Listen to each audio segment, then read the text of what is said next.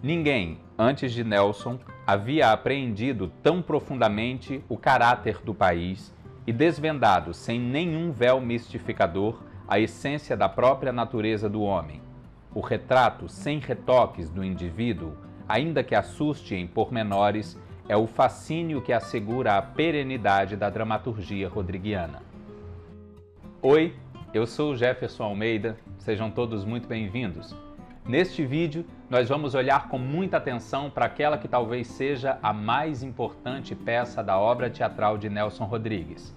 Aquela que, não satisfeita em revolucionar a literatura dramática, se firma como marco fundante da moderna cena teatral brasileira a partir da encenação de 1943 com os comediantes, sob direção de Ziembinski. Vestido de Noiva é a peça que está na mesa de leitura.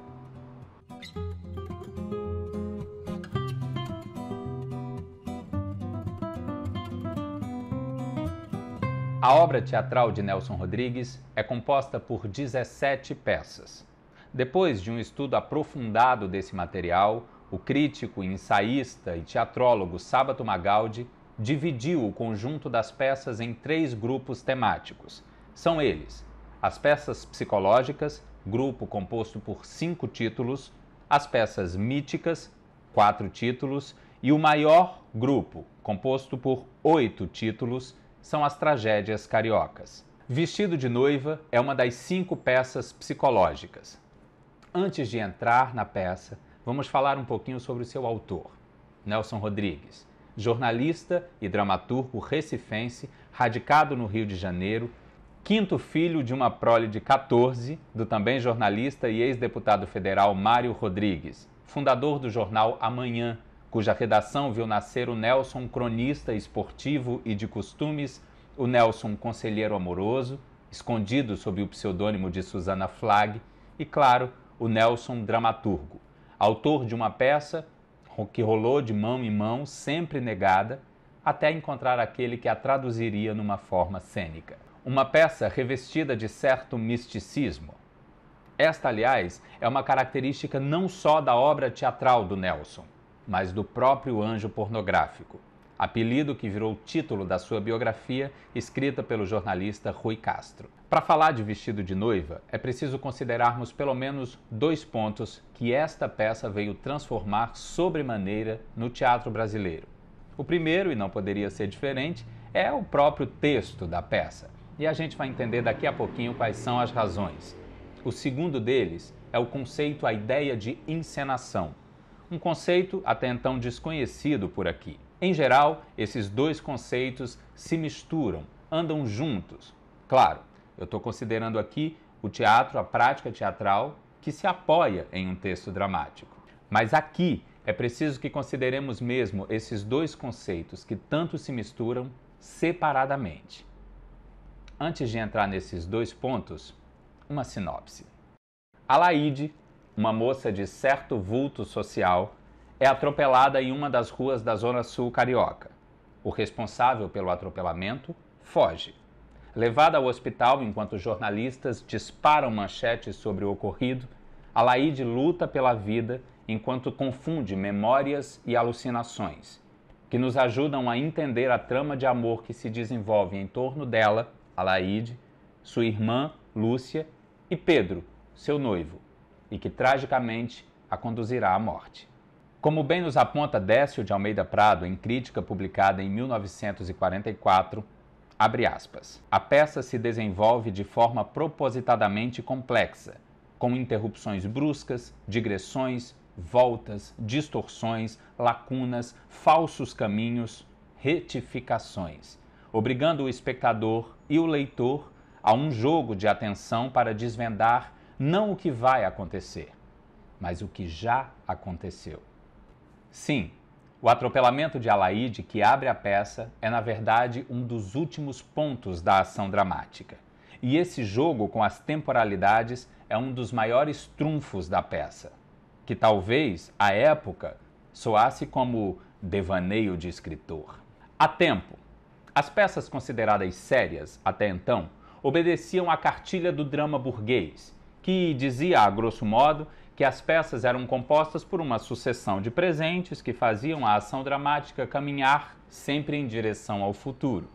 Ou obedeciam à velha, mas não empoeirada, poética aristotélica, que nos ensina sobre a unidade de tempo que regia a tragédia grega. Mas vamos à peça.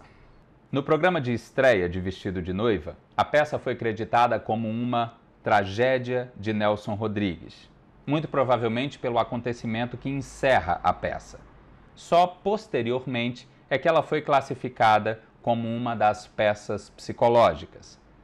Ambas as definições se aplicam à peça. Contudo, se formos entrar em pormenores formais, faz mais sentido a segunda classificação do que a primeira, embora essa seja uma classificação que se atém ao teatro rodriguiano e não ao teatro universal. Todavia, é esta que vamos utilizar aqui. Dividida em 3 atos, a peça tem a sua ação situada em 3 planos. A realidade, o hospital para onde Alaíde é levada depois do acidente, a redação do jornal e as ruas por onde os jornaleiros gritam suas manchetes, o plano da memória, que se passa todo dentro da casa de Alaíde e de sua família, e o plano da alucinação, o bordel de Madame Clécy. E aqui, já essa ideia de uma peça psicológica fica ainda mais potente, uma vez que 2/3 da peça se passa literalmente em variações entre a memória e a alucinação dentro da cabeça da protagonista, Alaíde.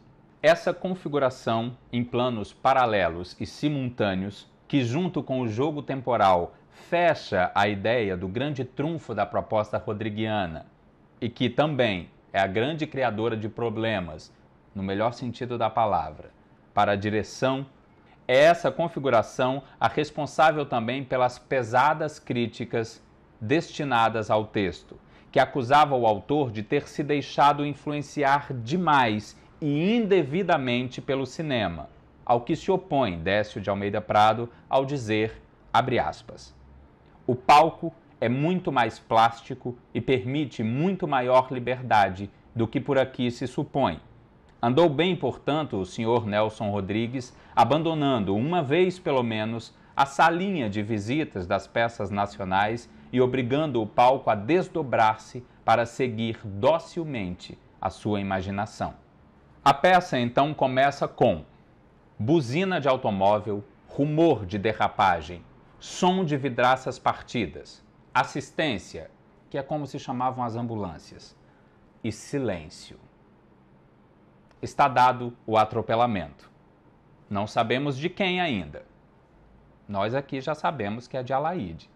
A voz em off não era um recurso muito em voga e não era um recurso muito prático, visto que precisava ser feito ao vivo no microfone. Em A Morta, peça de Oswald de Andrade, escrita na segunda metade dos anos 1930, o uso do microfone já era um recurso solicitado pelo autor. Uma insanidade de poeta. Em Vestido de Noiva, o uso do microfone faz com que as coisas aconteçam extemporaneamente.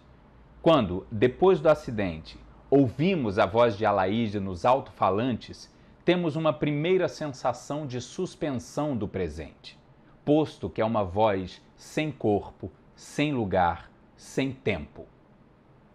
Vamos ver como a coisa se dá. No microfone, ou seja, fora da realidade, da temporalidade, da espacialidade, Alaíde começa a chamar Madame Clécy. Ação no plano da alucinação, onde vemos o bordel de Madame Clécy incompleto. Como assim? A rubrica diz, abre aspas, 3 mesas, 3 mulheres escandalosamente pintadas, com vestidos berrantes e compridos, decotes. 2 delas dançam ao som de uma vitrola invisível. Fecha aspas. Outra rubrica. Abre aspas. A terceira mulher deixa de dançar e vai mudar o disco da vitrola. Faz toda a mímica de quem escolhe um disco que ninguém vê, coloca-o na vitrola também invisível. Fecha aspas.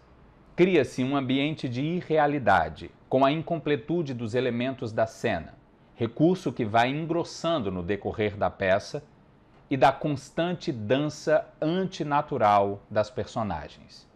Nesse ambiente, Alaíde reclama a presença de Madame Clécy, até que recebe a notícia.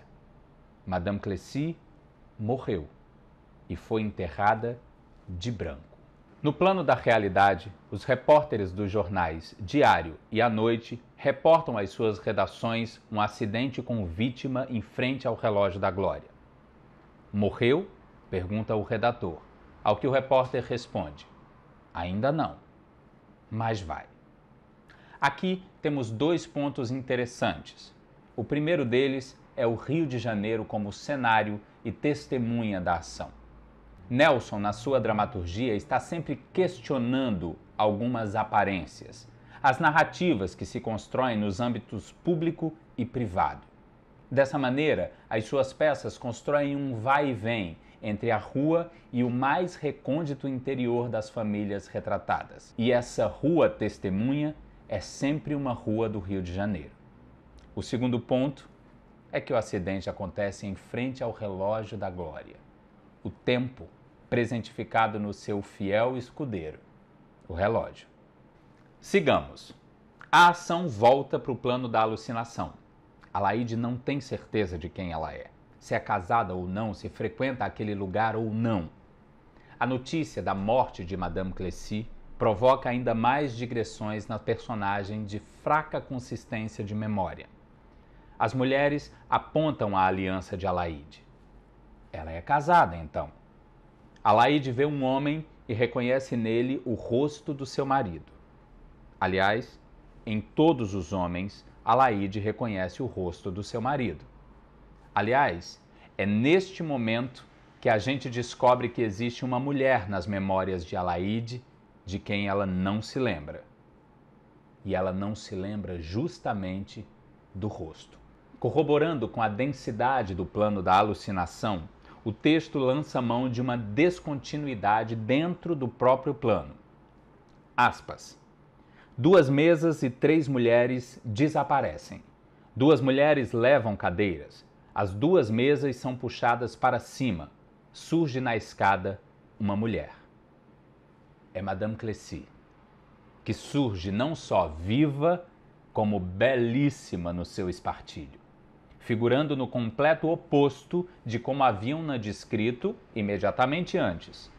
A rubrica diz, aspas, espartilhada, chapéu de pluma, uma elegância antiquada de 1905. Bela figura. Fecha aspas. Surge aqui o elemento que vai unir a alucinação e a memória. O diário de Madame Clécy, que Alaíde diz ter lido. O diário evoca a primeira vez em que Alaíde teria ouvido o nome de Madame Clécy. E esse momento evoca, por sua vez, a ação no plano da memória, onde estão os pais de Alaíde, que nos revelam 2 informações. 1. Madame Clécy teria vivido e sido assassinada na casa em que hoje moram Alaíde e sua família. 2. Lúcia. De volta ao plano da alucinação, Alaíde diz, mamãe falou Lúcia, mas quem é Lúcia? Neste momento, Pedro invade as alucinações de Alaíde e ela então confirma seu casamento e dá um nome ao rosto que ela já reconhecera. Alaíde nos conta que antes que sua mãe mandasse queimar todos os pertences de Madame Clécy, ela foi até o sótão e leu tudo. Deslumbrada com a figura da Madame, ela foi até a seção de jornais da Biblioteca Nacional. Olha aí o Rio de Janeiro de novo. Ela foi até a seção de jornais da Biblioteca Nacional e leu tudo que se havia publicado sobre o seu assassinato. Aliás, desde o começo desse fragmento, a figura de um homem de guarda-chuva, capa e chapéu vocaliza uma acusação para Alaíde. Assassina. Quem responde é o plano da realidade. Mesa de cirurgia, onde 3 médicos tentam recuperar os ossos fragmentados da atropelada. Alucinação. Alaíde diz, matei meu noivo. Naquele dia eu disse, Eu queria ser Madame Cleci, Pedro. Que tal? Em idas e voltas da memória à alucinação, conhecemos um pouco da intimidade de Alaíde e Pedro. Uma relação que já aponta para um esfriamento ou para uma certa proformidade. Alaíde diz que deixou de gostar de Pedro no dia mesmo do casamento. Ela diz: vou abandonar você, fugir daqui. Quero ser livre, meu filho, livre. Pedro reage torcendo o pulso de Alaíde com violência.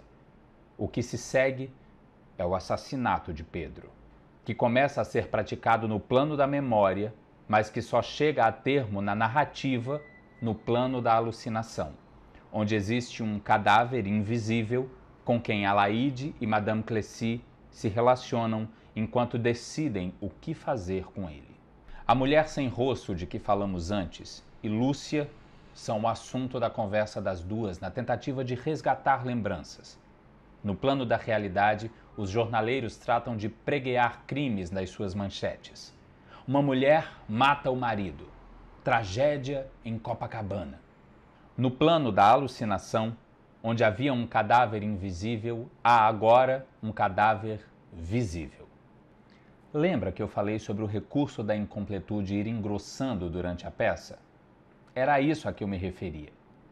À medida que as lembranças de Alaíde vão tomando lugar, as coisas vão se concretizando, tomando forma e, às vezes, se corrigindo. O assassinato de Pedro, por exemplo, é uma pista falsa que a memória de Alaíde lança e eu já estou me adiantando muito. Essa pista será corrigida no momento certo. Voltando. No plano da alucinação, onde havia um cadáver invisível, há agora um cadáver visível. É Pedro. O homem que acusa Alaíde de assassina retoma a mulher de véu e Lúcia e recomenda que Alaíde se recorde do dia do seu casamento. Alaíde, pegando a cauda invisível do seu invisível vestido de noiva, passa do plano da alucinação para o plano da memória, acompanhada de Pedro, que se levanta e vai até lá. Atenção para o seguinte: aqui temos um processo em que a alucinação tenta colaborar com a memória. E ambos os planos, vale esta atenção, acontecem dentro da cabeça de Alaíde. Assim que a passagem para qualquer um desses dois planos é absolutamente possível. Tal procedimento não seria possível de um desses dois planos para o plano da realidade. Alaíde e Pedro no plano da memória, no dia do casamento de ambos. E é justamente para revelar o procedimento de afirmação, negação e correção que a peça recorre que serve também este fragmento. Pronta para o casamento, Alaíde pede o buquê à sua mãe, que aparece com o buquê. Ao que a voz de Madame Cleci, figura unicamente da alucinação, corrige. A sua mãe não pode ser. A rubrica diz que a mãe volta de marcha ré e Madame Cleci continua. Ela apareceu só depois. Você sozinha no quarto sem ninguém, Alaíde? Uma noiva sempre tem gente perto. Você pode não se lembrar, mas lá devia ter alguém sem ser sua mãe. Lembre-se. E aparecem no plano da memória, onde Alaíde faz mímica de retocar a toalete, a mãe e o pai de Alaíde, acompanhados por Dona Laura, mãe de Pedro. Depois de um pequeno diálogo sobre a música a ser tocada na entrada da noiva, Dona Laura, abre aspas, parece ter notado a presença de uma pessoa que até então não vira. Dirige-se a essa pessoa invisível, beijando-a presumivelmente na testa. Desculpe, não tinha visto você. Pausa para a resposta que ninguém ouve. Quando é o seu? Pausa para outra resposta. Qual que? Está aí, não acredito. Tão moça, tão cheia de vida. Dona Laura faz um gesto qualquer para a invisível pessoa e vai para junto de Alaíde. Cuidado com a cauda. Dona Laura apanha a imaginária cauda e a entrega a Alaíde. Alaíde, no último olhar, diz: não falta mais nada? A mãe, olhando também: nada, acho que não. O pai, impaciente: já é tarde, vamos descer. Marcha nupcial. Trevas. Fim do primeiro ato. É no começo do segundo ato que finalmente aparece o vestido de noiva. Alaíde está no seu quarto, agora com espelho e tudo mais, quase pronta, e conversa com a mulher de véu, a pessoa invisível da cena que encerra o primeiro ato. E é aqui que a gente conhece um aspecto muito importante da personalidade de Alaíde, e que é o verdadeiro nó do enredo. Alaíde se aproveitou de uma doença da mulher de véu e se aproximou do seu namorado, Pedro. Isso mesmo, Pedro, noivo, marido de Alaíde, era namorado da mulher de véu. E quem é que tem pudor quando gosta? Diz Alaíde. Mas e a mulher de véu? Quem é ela? Madame Cleci pede que Alaíde tente vê-la sem o véu. Agora uma pausa para falar de um recurso que o autor sugere à direção e que é usado constantemente: as trevas. Aqui no começo do segundo ato, este recurso ganha um novo sentido, distanciando-se do puro apelo técnico, filho do corte cinematográfico, que aponta o olhar do espectador deste para aquele lugar. Uma cena é interrompida pelas trevas. A voz de Madame Cleci chama a cena de volta. E quando a luz reacende, nada mudou.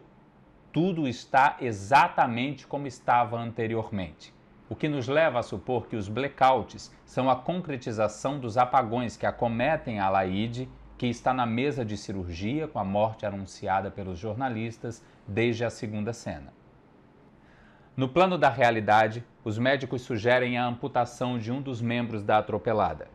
E é quando Nelson sugere uma das operações mais complexas da peça: a sobreposição dos planos da memória e da alucinação e a convivência de vários tempos. É nessa confusão interna ocorrida enquanto Alaíde está sendo operada que sabemos de várias coisas. 1. Alaíde roubou o namorado da mulher de véu. 2. A mulher de véu, além de esbofetear Alaíde, ameaça como vingança de roubar o seu namorado. Não, o seu viúvo, deixando uma ameaça de morte no ar. 3. A mulher de véu assume, a certa altura, que o plano já está em andamento, pois ela já está namorando com Pedro. Descobrimos também que Madame Cleci namorava um colegial de 17 anos e que foi assassinada por ele em novembro de 1905. Essa lembrança recupera um fato fundamental da vida de Alaíde. E finalmente saberemos quem é a mulher de véu. Trata-se de Lúcia. Lembra dela? Que encerra o segundo ato invadindo o casamento de Alaíde e Pedro, também vestida de noiva, no plano da alucinação. No plano da realidade, Pedro chega ao hospital para saber notícias de sua esposa atropelada. Fim do segundo ato. O terceiro e último ato é ligeiramente menor que os outros dois e tem o desenvolvimento da sua ação um pouco mais concentrado. Ele começa justamente corrigindo a pista falsa do assassinato de Pedro por Alaíde, fato que, como ela mesma diz, ficou só no desejo. Agora nós já temos todos os pontos que importam para entender como Alaíde chegou ao atropelamento. Recapitulando, Lúcia namorava Pedro. Alaíde, se aproveitando de um momento em que Lúcia estava acamada, se aproxima e começa a namorar Pedro. Fica noiva dele e vai se casar. No dia do casamento, Lúcia resolve confrontar Alaíde e contar que ela e Pedro são amantes e que futuramente serão casados, deixando uma ameaça de morte no ar. O casamento se realiza, mas Alaíde não consegue se desvencilhar da ameaça feita por Lúcia. Discute constantemente com Lúcia. Isso sabemos agora no terceiro ato, quando também sabemos que foi depois de uma dessas discussões que Alaíde saiu e foi atropelada. Com efeito, Pedro e Lúcia nada têm a ver com a morte de Alaíde, embora a tenham discutido e planejado muitas vezes. É, aliás, esse debate moral que se coloca entre Pedro e Lúcia no plano da realidade. Alaíde morre na mesa de cirurgia. O fato é antecipado em cena pelo surgimento de Lúcia e Pedro no plano da alucinação, já enlutados, ao que Alaíde acusa instantes antes de efetivamente morrer. Vocês estão tão certos da minha morte que já até botaram luto. Alaíde morre na mesa de cirurgia. Enquanto seu corpo é velado na sala, no cômodo ao lado, Lúcia e Pedro discutem sobre o futuro dos dois. Ele tenta se aproximar, ela diz que ele só a toca depois de casados. Aí, a peça passa por 2 saltos temporais. Uma locução anuncia o enterro de Alaíde nas trevas, um rápido diálogo entre Lúcia e sua mãe, e novamente, trevas, onde ouvimos as vozes dos pais de Lúcia falando do retorno de uma viagem à serra onde fora cumprir o luto. 3 falas depois, Lúcia já está se vestindo para o casamento, numa repetição da cena que vimos no 2º ato, com Alaíde. Lúcia, como Alaíde, pede o buquê e, poeticamente, é o fantasma da irmã quem vem entregá-lo. Numa mistura entre as marchas nupcial e fúnebre, a peça chega ao fim. Abre aspas. No fundo desse drama, que poderia ser simplesmente pequeno e sórdido, paira a figura de Madame Bovary, a personagem do escritor francês Gustave Flaubert, que, deixando-se levar pelas leituras dos romances românticos, abandona a vida de dona de casa pequeno-burguesa para entregar-se à força das paixões reais ou imaginárias, até encontrar a morte. É assim que Flávio Aguiar refere-se a Vestido de Noiva no roteiro de leitura da edição publicada da peça pela editora Nova Fronteira. Na mesma crítica em que defende o direito de Nelson se deixar influenciar pelo cinema, Décio de Almeida Prado critica os diálogos da peça, afirmando que, abre aspas, em última análise, quem faz a peça é o diálogo, sempre o diálogo, fecha aspas. Ele vai dizer que muitas vezes a coloquialidade com que as falas são ditas não emprestam ao texto o tom trágico que ele poderia ter. A isso que Décio critica, Flávio elogia, chamando de uso de uma linguagem expressionista que exacerba imagens e situações extremas, valorizando ao mesmo tempo o coloquial da linguagem e a liberdade da imaginação cênica. Sobre este assunto, vale a pena ler o artigo A Precisão das Falas e a Concretude Cênica em Nelson Rodrigues, artigo de Antônio Guedes, publicada na revista Folhetim, número 29. Vestido de Noiva inaugurou o modernismo teatral brasileiro. Certamente, se você já ouviu falar de Vestido de Noiva num contexto de estudo, você já ouviu essa afirmação. Mas como isso aconteceu? Nos conta Rui Castro. Abre aspas. Uma cópia da peça caíra nas mãos de Tomás Santa Rosa em março de 1943. Santa Rosa leu e não quis acreditar. Passou-a a Brutus Pedreira, que também leu e também não acreditou. Brutus passou-a a Zimbinski, e o comentário de Zimbinski confirmou o que eles suspeitavam. Não conheço nada no teatro mundial que se pareça com isso. Zimbinski, ator e diretor polonês, que chegou ao Brasil 2 anos antes, em 1941, fugindo dos assombros da Segunda Guerra Mundial, ele então com 33 anos, carregava em seu currículo, entre outras coisas, a direção do Teatro Nacional de Varsóvia, o que, afora seu assombroso talento, lhe dava a desenvoltura necessária para, em palavras do próprio Nelson, pôr abaixo dos cachorros o teatro brasileiro e mundial. 8 meses separaram a estreia do acerto feito para a montagem.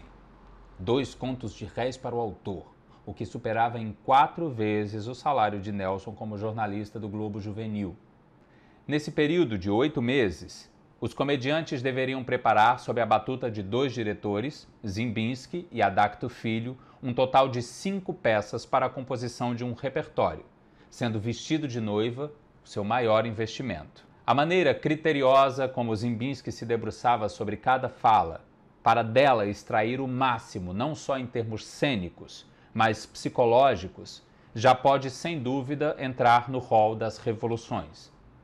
Contudo, a primeira revolução prática seria uma exigência que para os dias de hoje pode soar quase óbvia: a extinção do ponto.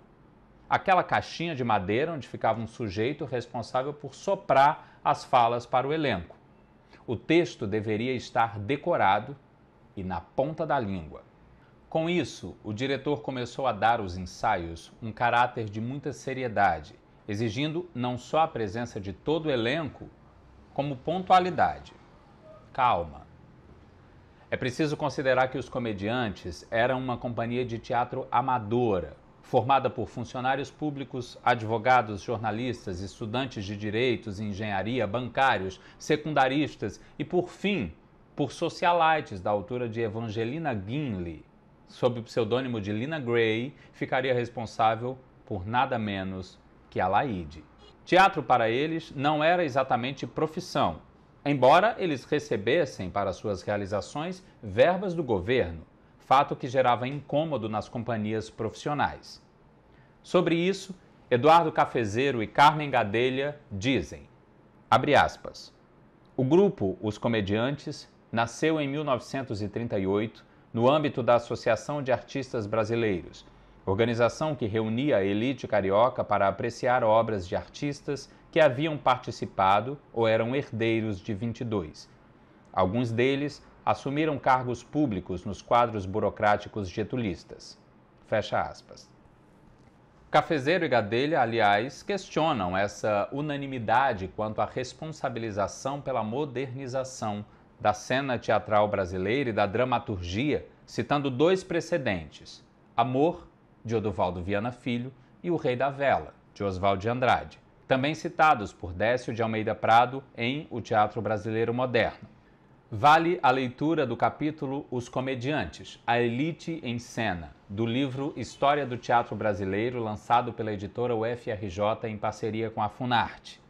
Assim como a parte 2, A Modernização do Teatro Brasileiro, de 1938 a 1958, do 2º volume da Outra História do Teatro Brasileiro, lançada pela editora Perspectiva em parceria com o Sesc.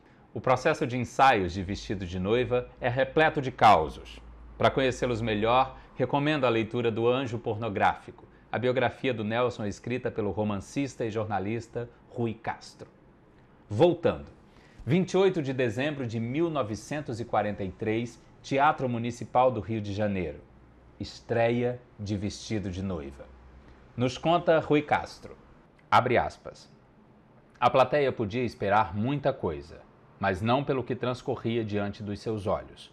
140 mudanças de cena, 132 efeitos de luz, 20 refletores, 25 pessoas no palco e 32 personagens, contando com os 4 pequenos jornaleiros de verdade que gritavam as manchetes de À Noite.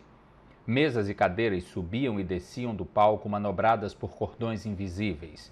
Um personagem se transformava em outro e depois em outro, vivido pelo mesmo ator. Os planos se cruzavam, se sobrepunham, se confundiam. Grande parte da plateia se sentia ofendida por não estar entendendo, e a outra sentia-se ofendida pelos temas do adultério e da prostituição e por frases como "é tão fácil matar o marido". Fecha aspas. Ziembinski encenaria outros 4 textos rodriguianos, se destacando como aquele que, entre os que fizeram as primeiras encenações de Nelson, não se limitavam a montar o texto, mas se servia dele para construir uma linguagem própria, na maioria das vezes em busca de um expressionismo que, em vez de situar a ação em ambientes decorativos, criava, com auxílio primordial da cenografia de Tomás Santa Rosa e da iluminação, espaços a serem utilizados pelas marcações cênicas. A Semana de Arte Moderna de 22 transformou sobremaneira os rumos dos mais variados campos das artes. Mas, embora tendo sido abrigada em um teatro, o Municipal de São Paulo, seus reflexos no teatro demoraram a aparecer. A exemplo de O Rei da Vela, peça emblema que só foi montada mais de 40 anos depois da semana pelo Grupo Oficina, sob direção de Zé Celso Martinez Correia. Vestido de Noiva foi então, mais de uma década depois do evento modernista, a primeira vez em que se apostou no texto e na construção da cena em recursos mais experimentais e de limites mais expandidos, apontando para uma vanguarda que se opunha ao dramalhão, às comédias de costume e ao teatro musicado, herança do século XIX. Flávio Aguiar explica, abre aspas, em primeiro lugar, uma nova geração de atores entra em cena, formados em geral longe dos palcos profissionais. Vinham do teatro amador e dos teatros universitários. Essas universidades vinham também formando um novo público, ávido por inovação. A renovação das artes plásticas permitiu que Santa Rosa fizesse criações ousadas na arquitetura cênica e nos figurinos. A peça desestrutura e reestrutura o cenário tradicional, conduzindo os espectadores por uma verdadeira viagem ao interior da mente e da memória humanas. Fecha aspas. E assim, Vestido de Noiva deixou de ser a segunda peça de um autor desconhecido e se tornou um marco no Teatro Nacional. E você, já viu alguma montagem de Vestido de Noiva? Já leu a peça, viu o filme? Qual é a sua opinião? Conta pra gente, curte e compartilha esse vídeo. Até a próxima mesa de leitura.